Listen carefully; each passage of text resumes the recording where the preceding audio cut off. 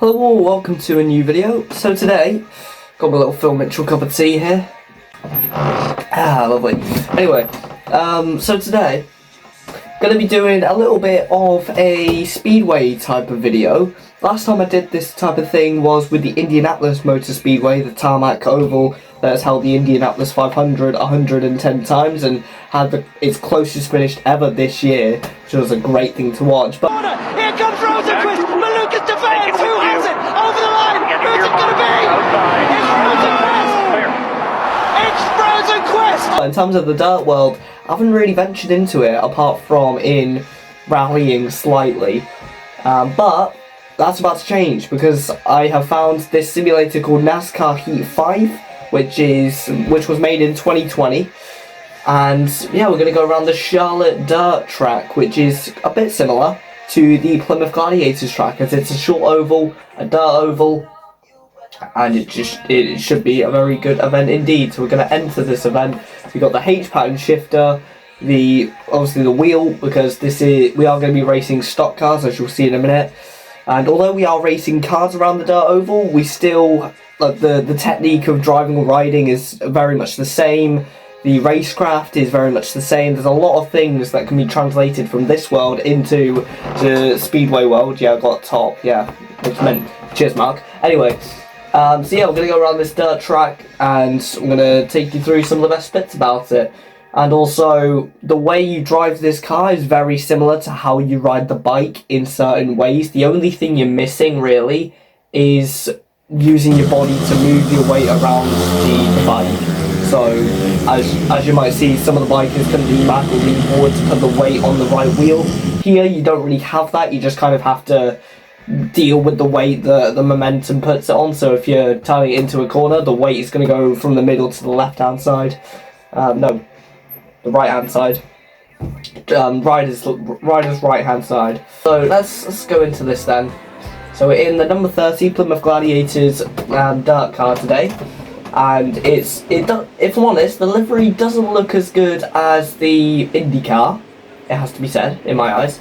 Anyway, we're gonna go in. We've got practice session just to show the car off and also show a little bit of what we can expect. Then we go into a 3-part qualifying session, then the actual race itself. So we got the little shifter here, so we're going to engage the clutch, go to first, and away we go. In second, this car only goes up into second gear, and ignore that green and red line, I don't really use that. It's on permanently for practice, but yeah, we head into this race then. All of it is just managing the slide, similar to a bike. But the bike is it's a lot more sensitive to the steering input you're putting in because it's a lot lighter, and the tyres are a lot thinner as well. So it's very much easier to slide the car. It's very much easier to slide the bike compared to the car, should I say? But the car is a big, heavy thing, so you really have to crank the steering lock in. As the riders, you don't really see them turning too much to this way, to the left, compared to the bikers. The bikers, you see them do it a little bit, but then you see them really hanging it out like this to the outside. But what they're trying to do is they're just trying to point at the next straight as quick as they can. We've gone a lot to the inside here, a lot of wheel spin, but so we're going to crank the lock in, keep the throttle pinned. Use a little bit of clutch just to get that little bit of slip in. And then little car here, we're just going to pass him in the rear view mirror. So we're looking to get a 15.6 lap, which I think the Speedway lot, I'm not too sure the exact lap times, but I know that the race times can be about 55 to 54 seconds for the winning riders in each heat, so it was at least in the Oxford Cheetahs meet of the 20th of June. And speaking of the Gladiator Speedway meet, if you want to come down to one, there is one on the 27th of June. So this weekend, the Edinburgh Monarchs are going to come down and battle the Plymouth Gladiators, so the second Scottish squad to come down to the southwest of the UK to tackle the Gladiators. We had Glasgow earlier in the season, I think in April, and that was a very chaotic heat with many incidents, one of the most frantic heats the Coliseum has seen all year. So hopefully Edinburgh can have a similar experience with us for our last meeting in June at the Coliseum. So we've beaten the target time with a 15.628, so by 100th of a second we've beaten that time. Yeah, we're just managing these slides as you can see, but we're going to end the practice and go straight into the qualifying session. So, return to garage. Yeah, so we were P5 in that practice session. We're going to continue to the next session.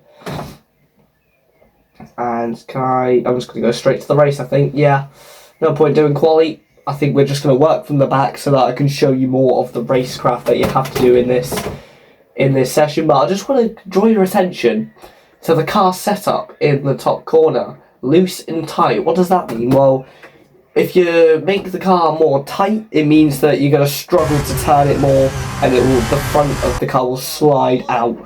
Whereas if you make it more loose, the rear of the car becomes really slidey and you risk spinning backwards.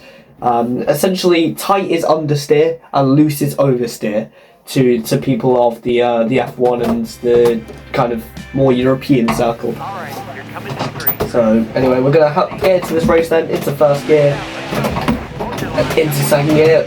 So these, in stock car racing, the races are split into stages. So one race can be have 3 stages in it. So stage 1 has 6 laps. That's 2 more than the average Speedway race in the Plymouth Speedway. Plymouth Speedway normally have 4 laps in each heat.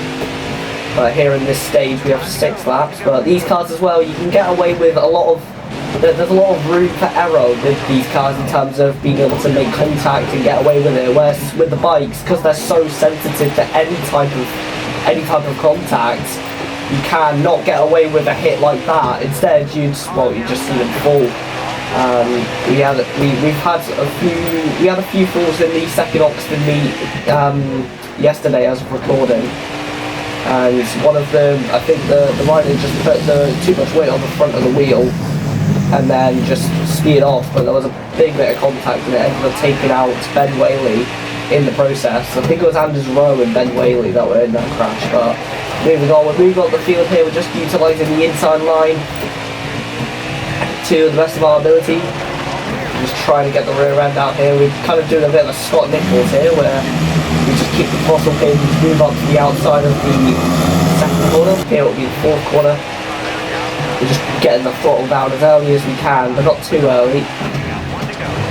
Just going to utilise the inside a lot more, turn in a lot more aggressively, and then just try and get the run out. Here's Tony Stewart, one of the most aggressive NASCAR drivers in modern history. We're going to go around the outside of him and get 8th. So we didn't get past Tony Stewart in that last one, missing out by a little bit. So yeah, let's go to the next stage. We're not going to head into the pits, but that's the end of stage 1. Next up, it's stage 2. So 90 laps remaining. How many laps are in this next stage?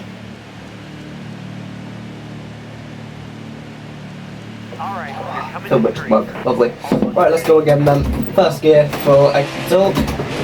Second gear to have more speed. So 7 laps in the second heat. Second stage, should I say? So that means we should have, I believe, 12 laps in the final stage of this race. We're going to head into this long curve here. So we're up into P2 then. Oh, making contact though with that's the 05 car, or the 50 car, not too sure which car that is. But a little bit wide on the exit there. It's kind of in no man's land. That'll give the guy behind a chance. But we're trying to catch up to Hunter. The Hunter now playing the hunted. 3 head rounds. Or a bit of understeer there, struggling to get the car rotated on a bike that is 3 times as more scary, because the bike it doesn't just understeer, it just doesn't turn, and it does take you to the wall. But these cars, because obviously more wheels, more horsepower, and also more torque, they reach up to about 110 miles an hour, but that's not that's not too much quicker than the bikes. I think the bikes, if I'm not mistaken, reach 80 mile an hour on these straights. So into this section here, they reach not too much less than the cars reaches. The recording stops. Here we go. 3, 2, 1, go. So there we go.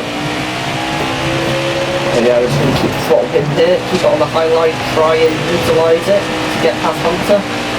And it's Anders Rowe, I think it was, I think one of the Oxford riders who was battling with Andy Burnett in Heat 14, he was utilising the outside line a lot to try and catch up to Andy, and he only lost out by a few millimetres, but we're not going to be able to get Hunter there. The outside line hasn't worked for us in this sense here at the Charlotte Roval.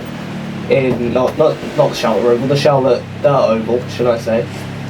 Yeah, that's stage 2 then. That's the end of that stage. So we're going to see what we can do in this final stage. 11 laps remain. Who will come out on top? We're not going to head into the pits. Also, a big difference here is that we have a rolling start compared to the Speedway here. They have a standing start, and actually the standing start in Plymouth Speedway is actually one of the most difficult due to the short run into town. I think I said about this while I was announcing. For those who don't know, I had my first ever time announcing at a Speedway event at the event yesterday. And I was saying about how Turn 1 is such a treacherous corner because it's such a short run into that corner, especially at a standing start with the bikes with a lot of torque and a lot of, we've got a lot of weight to stop the torque. It can make that corner very tricky due to just how much concertinaed the riders are, as they're all aiming for the same bit, so it can get very tight indeed, and more often than not it can go wrong. There was a crash with 3 riders in one of the early heats. I think it was Mitch McDermott and Ben Whaley, and I'm not too sure who the other rider was, but no, there was another Oxford rider, that's all I know. But it was absolute carnage. But yeah, that first corner, I've seen many big crashes there this year. Turn 3 and 4, not so much. There's been some, but not many. Not compared to Turn 1 and 2. And also, it can probably be down to the banking at Turn 1 and 2 as well. It's a lot less compared to the 3rd and 4th corners. So, trying to pass them is a lot more difficult. But here, how would riders pass then? Well, here, in terms of this series, we can do this. We can go all the way around the outside. Just get the acceleration in late. We can just keep the throttle pin like this, and then do what Scott Nichols does and go right to the outside of the later part of the bend. We can just highlight it all the way around, which gives us a lot of momentum, but also risks us getting chopped off by cars on the inside and get in the way there. We get pushed down to second just because of that. Gomez goes through. We get hit by one of the lap cars. These back markers are really causing a bit of an issue. You don't really have this problem in Speedway because there's only 4 riders. Here there's 24 cars on one track. It's very easy to overlap the leaders with the lap markers. And now we have Gomez in front. We're going to really steamroll it on the inside to try and catch up.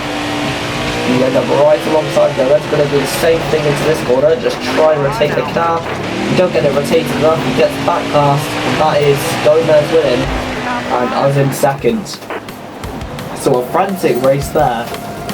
Yeah, so that's a little bit of a Speedway simulator session in NASCAR Heat 5 with the dirt stock cars and the dirt tour at the Charlotte Motor Speedway.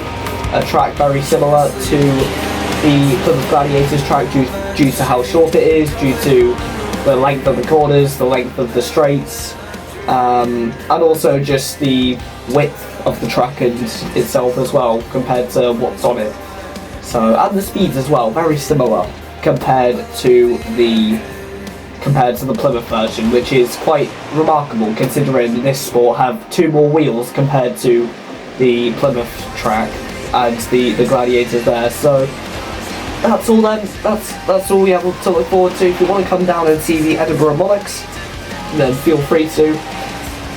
Also, the Knockout Cup day, I'm not too sure what the date is for that, but the Plymouth Speedway will be open on that day with a fan zone and a stage, and there'll be, there'll be a lot of celebration as it's the first ever Knockout Cup final to come to Plymouth.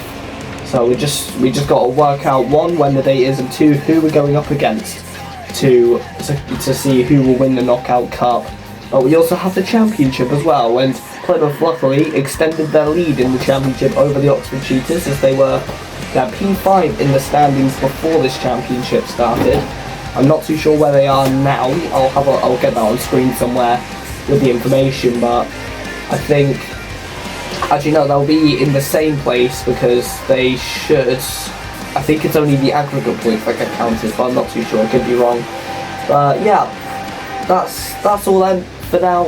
And if you enjoyed that one, let me know what else I should do to race and things like that. I kind of like the idea of trying new things out and trying new race series out and seeing what they're like.